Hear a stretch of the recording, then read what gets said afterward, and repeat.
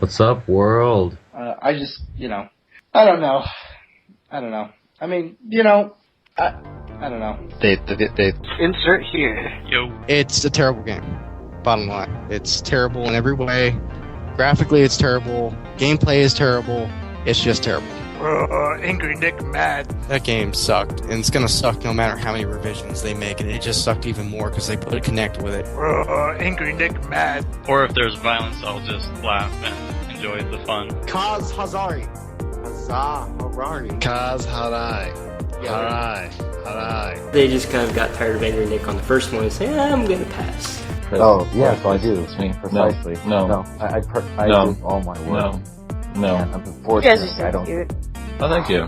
I try. I mean, let's face it, Mario and to a lesser extent Zelda is what carries Nintendo at this point. Always be radical. I love you, little podcast.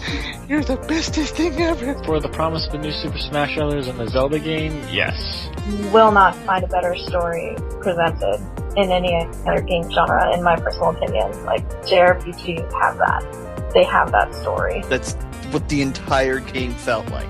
Oh my god, I want to bang my head into a wall. It's a podcast again? Can someone remind me? I thought it was a video game podcast. You're listening to the Game Source Podcast.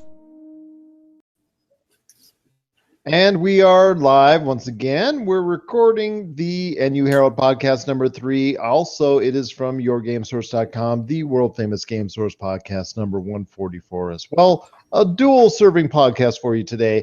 This is Gerald Glassford, and I'm here today with my good friend, the author of actually one of the best novels out there that you can get downloaded to your portable device, Vendetta Dark. It's Josh Peterson. How are you again, my friend? Hey, I'm good. Thanks for having me. Yeah, exactly. Well, it's restarting. We had a little glitch to start off with. The wonders of technology strike yet again. But we are back again, talking a number of things today. First off, we're going to talk strictly about E3, the Entertainment Electronic Expo, coming soon this month. June, in fact, because we are now in June. It is the major central thing of the gaming universe as far as is concerned for the entire year. I know Gamescom, I know PlayStation Experience, I know there are many other venues, CES as far as it's concerned.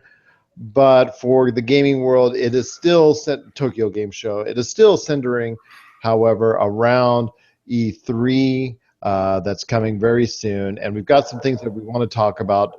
First off, as far as your E3 concerns are to talk about, let's talk about Nintendo. Nintendo is coming to E3 with a little bit of a lighter fare this year. No new handheld. The NX is also not going to be demonstrated or shown to the public at E3. The only thing that will really be shown by the company that has been announced of any major consequence is the new upcoming open world Zelda game, which only the Wii U version will be shown. My question to you is, with that kind of sparse offering, I'm sure there'll be other things that they will announce, smaller offerings that they will present and have available to show, but with the lack of stuff that's coming to E3, does this concern you at all for the future of the actual company at large? Although, like I said, they've got lots of money in the bank. They're not going anywhere anytime soon. But as a console company, do you think it's sending the wrong message to not have a bigger presence at the largest gaming expo of the year? Yes and no, because like you said, they're not in danger of tanking or anything. But with the new console coming out, you would expect them to show something to give gamers a little taste of what's coming. But as for Zelda, I think everyone's excited about Zelda, but people want to see something new. That's the big appeal about E3 is seeing things that we haven't seen before, original titles, which Nintendo hasn't really offered us in a long time. So, I think they could have handled their E3 situation a little better, or they could have finally announced a console version of Pokemon, which I think would have people excited, but I don't think we'll ever see that. I agree with you as well. If they do save it, they're going to save it for the NX, and I think it's going to be maybe part of their launch lineup next year, as far as something that can really be integrated into a new console type system. Is a more detailed version and a more elaborate version of the Pokemon experience. Indeed, I think that would be a killer way to start off a new console, and a very smart way indeed as well. My concern with as far as E3 as well, is Sony and Microsoft.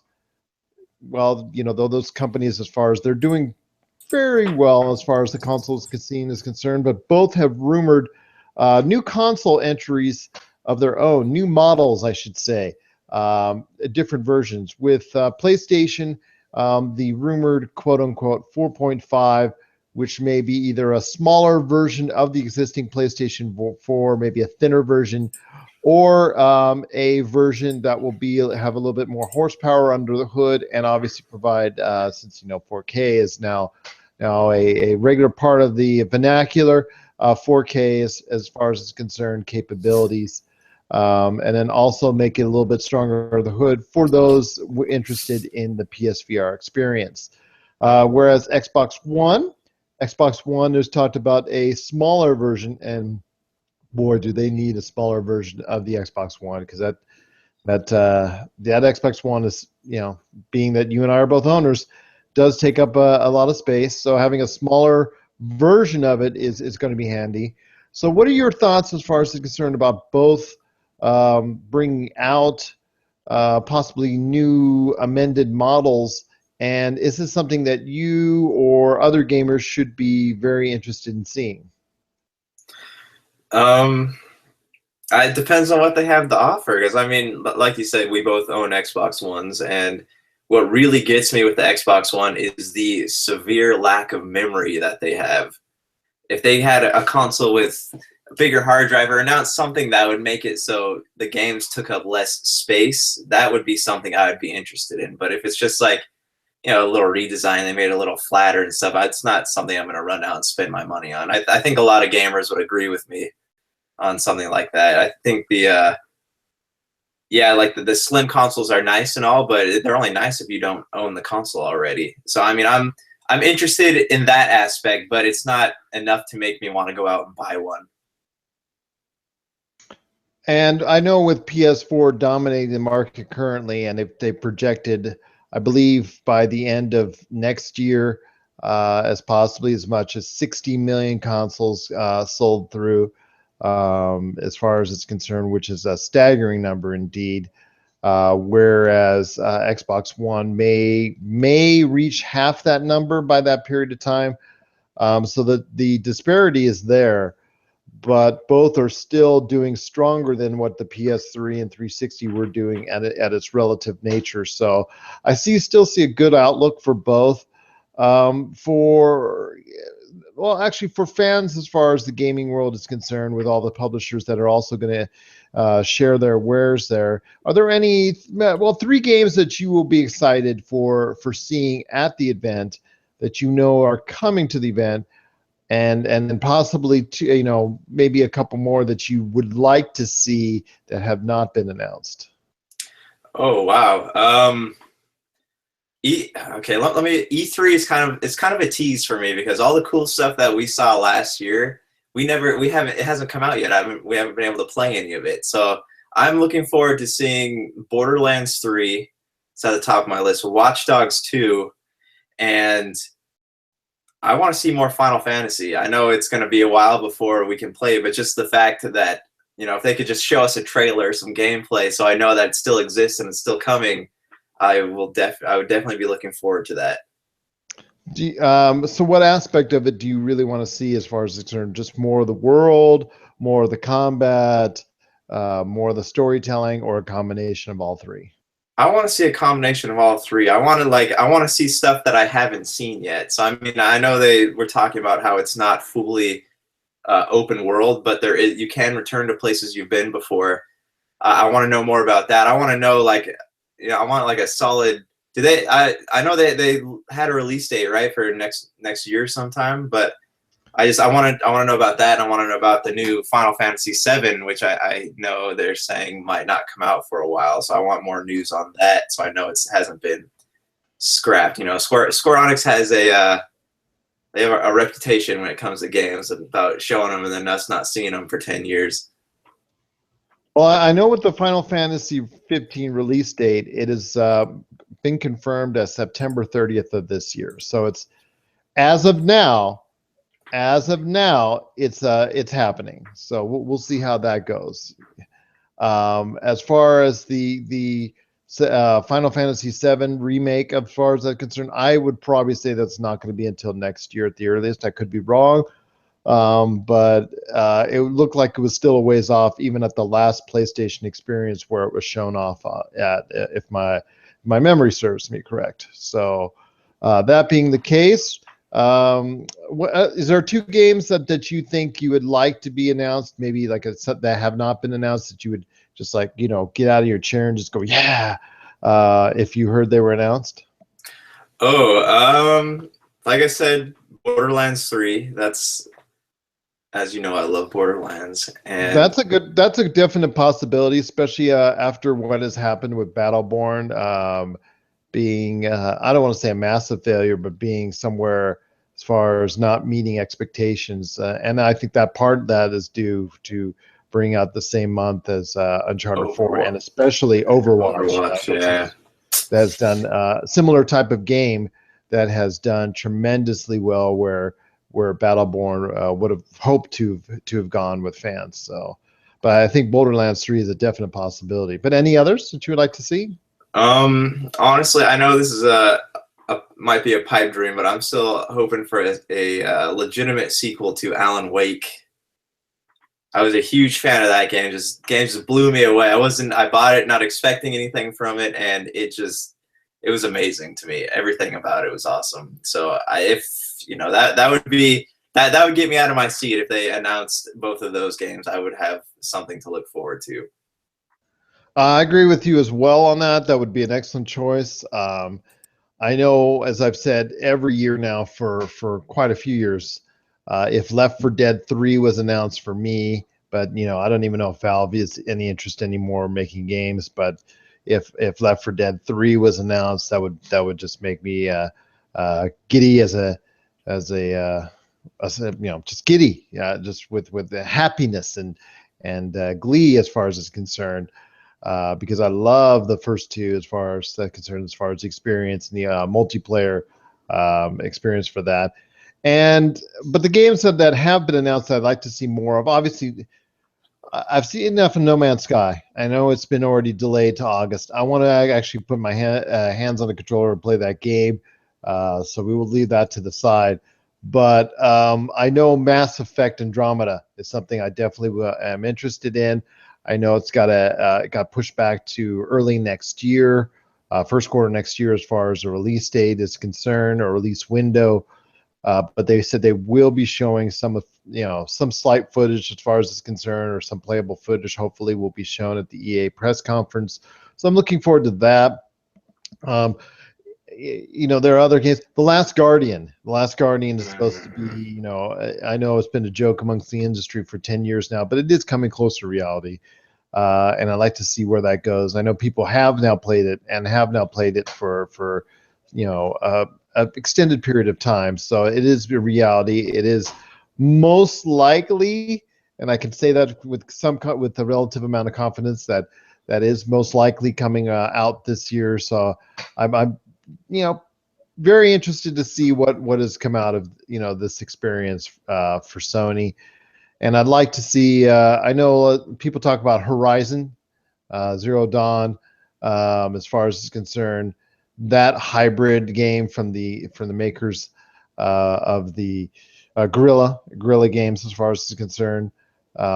Those type of experiences where you're with the mechanized dinosaurs and whatnot, that type of experience, combining that could be something very interesting indeed. But I'm just looking forward to the experience as a whole, seeing all the new announcements that are made.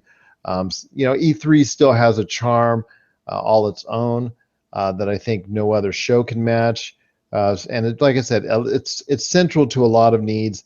I know Rob and Douglas and Nicole there from Retro City Games and Rob McCallum are going to be heading down there to cover E3 to be there for E3 to shoot some stuff down there. So I wish them all the best. Our friends, as they just successfully got box art, the documentary going and whatnot. So we're looking forward to that. I know they're going to be shooting down there specifically for that project as well, I would imagine. But I'm just so happy for gamers as a whole, because the E3 brings that amount of hope as far as games that they had always wanted to see.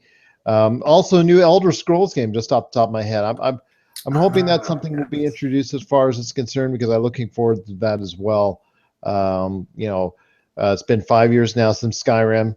I know Elder Scrolls Online is for some satiated their thirst for the Elder Scrolls world, but for others it wasn't something of interest. So I'd like to see something done there, because it alternates between Fallout and Elder Scrolls as their big two. I know Dishonored 2 is also Bethesda is trying to weigh in as that as a heavyweight game, but I'm not sure if that's going to fly as much as maybe a Elder Scrolls game can. But it looks like a decent show. I know there's some major names that maybe not are going to be representing themselves as much as they should or will.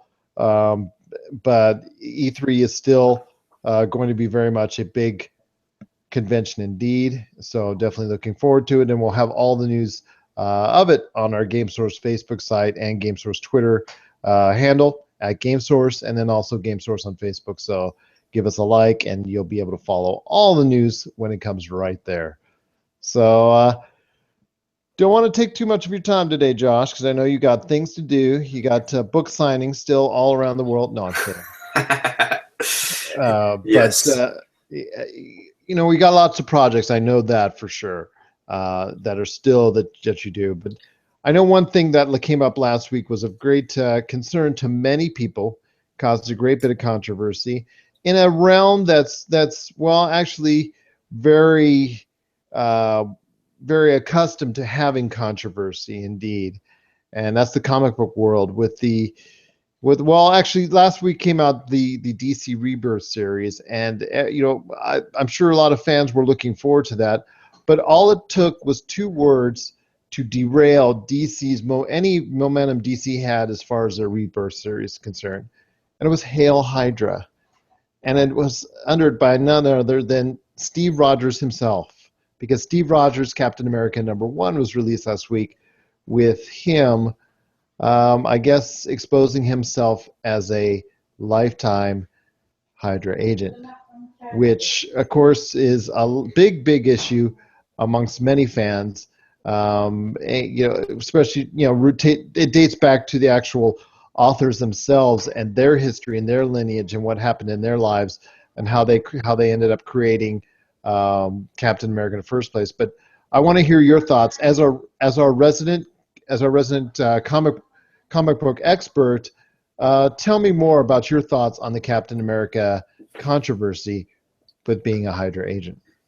Honestly, I know that Marvel is hurting for some storylines, and they have done some desperate things in the past. The Ultimate Universe had its ups and downs, but that was kind of proof of that.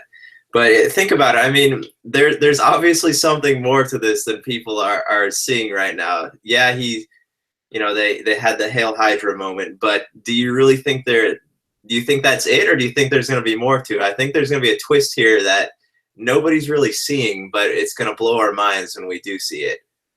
Well, I would normally say 100% yes, but the reason, what was he doing at the time he said? I believe he was tossing somebody out of a plane. Is that correct?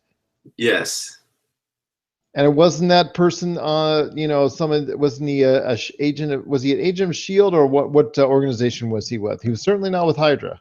Yeah, he was.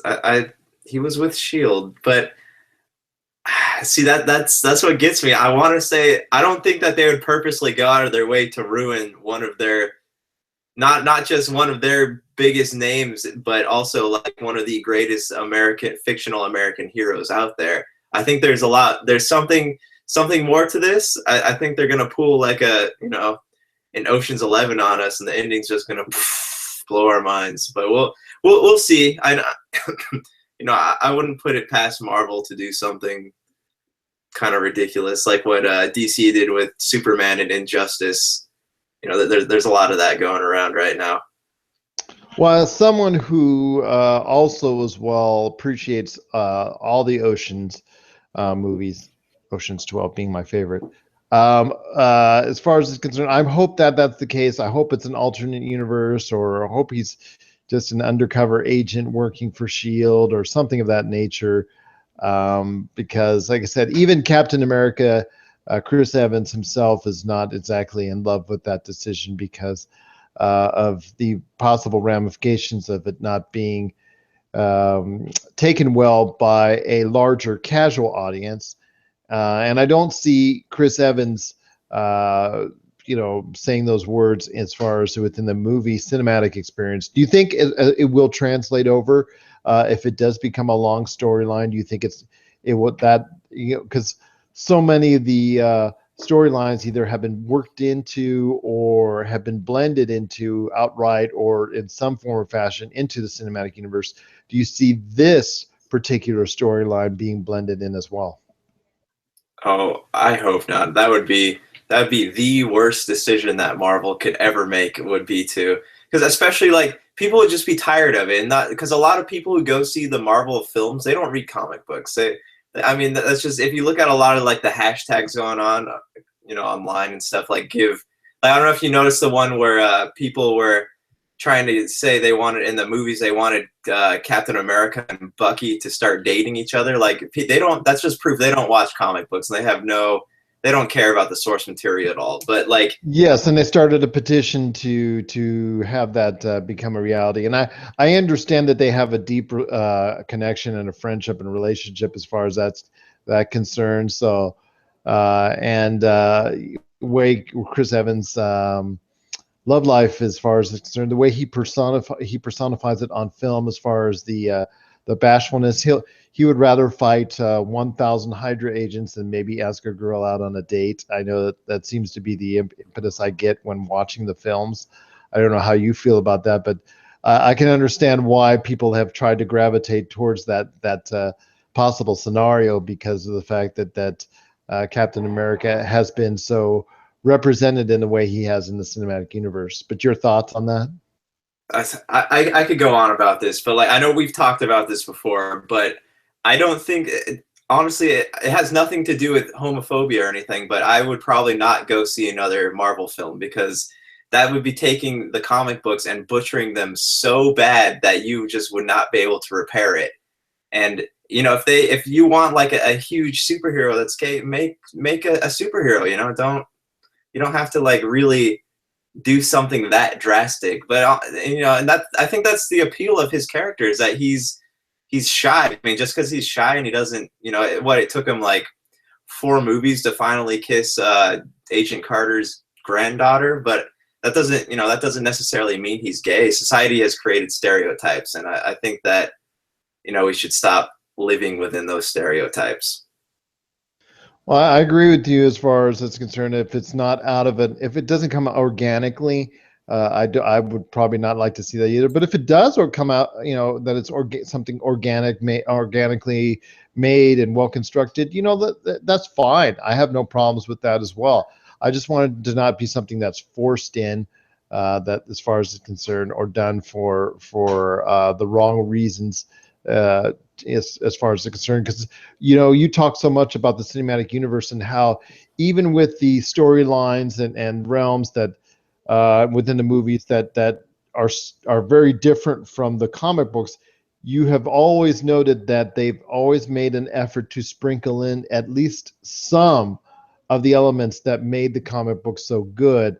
And if they went into a different realm as far as that's concerned, then maybe that would be against what their past is all about, and as far as it's concerned. And the changes that are being made in far as the comic book and cinematic realm, I want to see them as far as more aligned with each other. I'm hopefully going forward as someone who's newer to the Marvel scene, but that you obviously would have more right to say as far as is concerned on what you would like to see as a fan because of your long-standing history with them.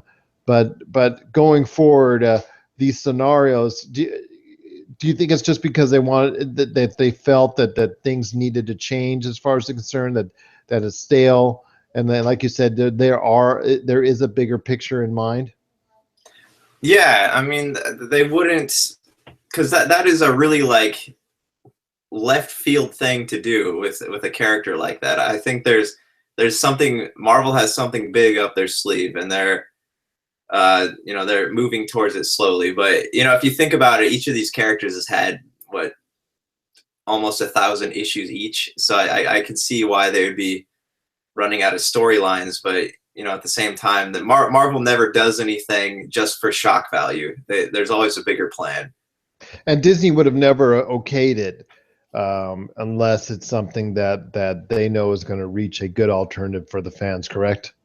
It's all it's all about marketing strategy. Yeah, there's something going on here that we're not seeing, and I don't know about you, but I'm excited to see what's in the future. And I guess that's the ultimate goal, is to be excited for the future, at least in the comic book realm, because people are still excited for the movie realm and cinematic realm, because Captain America is the largest volume hit as far as is concerned, the biggest box office hit at over $1.1 billion as far as is concerned, and still going, looking to get probably about $1 billion to maybe $1.5 billion before it's all said and done. So it's a win-win for Disney all the way. It keeps everybody talking, and it keeps them away from the interest and public eye on what DC hopefully had their sights on as far as gaining public interest with the Rebirth. And I can't see the timing as coincidental. I see the timing as strategic, and I still see the shots being taken between DC and Marvel, as I'm sure you've noted over the years.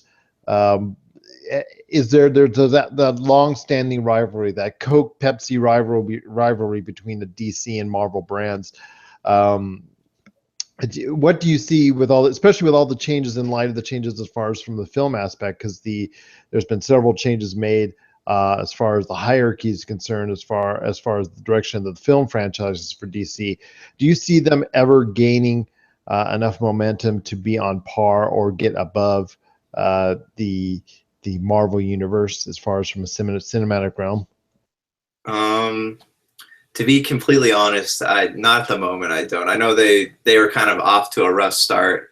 Batman vs Superman was I don't want to say disaster, but it's kind of disastrous. And Suicide Squad looks good. It could change direction there, but I feel like what Marvel has done correctly is they haven't taken things that have already been explored in movies before. I think that's what DC needs to do. They need to take storylines that people aren't very familiar with and turn them into movies. Like, I hear Ben Affleck's Batman is going to feature the Red Hood, so that'll be interesting. But I think there's a lot of holes there, and I think WB or Warner Brothers DC is more focused on money than they are about stories and what people want to see. So I think they need to kind of and Marvel is more focused on what people want and what storylines are cool, what's popular. But I think there's definitely a lot that they can learn, that DC can learn from Marvel's films.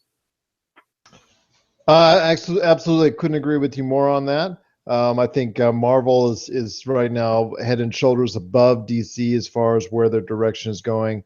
And like you, I don't see it changing anytime soon. Well, that's going to do it for us on this episode. But before we go, Josh, I know you're working on a lot of things and have a lot of things out there that you're working on. Tell us a little bit more about what's going on with Josh and all the different venues and how they can get a hold of you as far as if they have interest in some of your projects. Yeah, you guys can, like Gerald said earlier, I wrote a book called Vendetta Dark, and I'm currently working on some short stories that tie into Vendetta Dark called Center Space. I have a web show in development. We'll see if that ever sees the light of day, but I'm hoping to get it started soon. If you want to talk to me or you have some questions or suggestions about anything, you can get a hold of me on Facebook. I have a fan page up, and there's some email address and all that. So I would love to hear from you guys. And as for us, it's at GameSource on Twitter, also as well, GameSource on Facebook. But as NU Herald students, just wanted to let you know you can find us at the nuherald.com, at the NU Herald on Facebook, and well, we're working on a Twitter page as far as it's concerned. There is the NU Herald out there, but we're trying to see if we can get control of that. We can take that over and make it a little bit more active, because the last time it was used was 2010. But we won't talk about that very much. So so as soon as we get a hold of it, we're asking Twitter to give us a hand on that. We will be able to go ahead and be live on that as well. But right now you can reach us, the NU Herald on Facebook, thenuherald.com, or our new email, and it's going to be hopefully displayed on one of our podcasts here. That's the nuheraldexperience@gmail.com. If you want to get a hold of our editor-in-chief, Michelle Davis, or Josh, or me, or any one of the writers, just go to email us at thenuheraldexperience.com.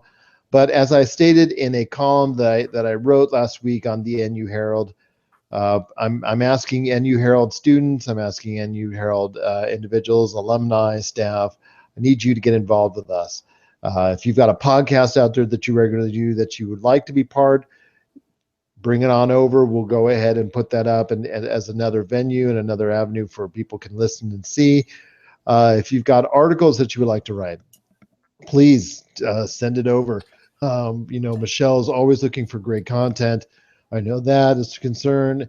And if you need any help or assistance as far as getting something underway, whether it's a podcast, whether it's a article, video, what have you, just give us a shout out. It's the NU Herald Experience at gmail.com. That's the NU Herald Experience at gmail.com. So, and like I said, if you're watching this or listening to this on yourgamesource.com format, you know where to get hold of us. info@yourgamesource.com. So for me, Gerald Glassford, it's been a pleasure. Always great to talk to you, Josh, my friend. I know you and I have got a busy short period of time coming up ahead, so we got a lot to do. But catch us both, and then also if you're NU Herald out there, give us a hand. We'd love to hear from you. We'd love to see what you got. But any last thoughts, Josh? I think that covers it. Thanks, guys. I appreciate your time. And I appreciate it as well. So for Josh Peterson, the author of Vendetta Dark, this is Gerald Glassford. Once again, saying it's another beautiful day in paradise, and we hope you have yourselves a great day.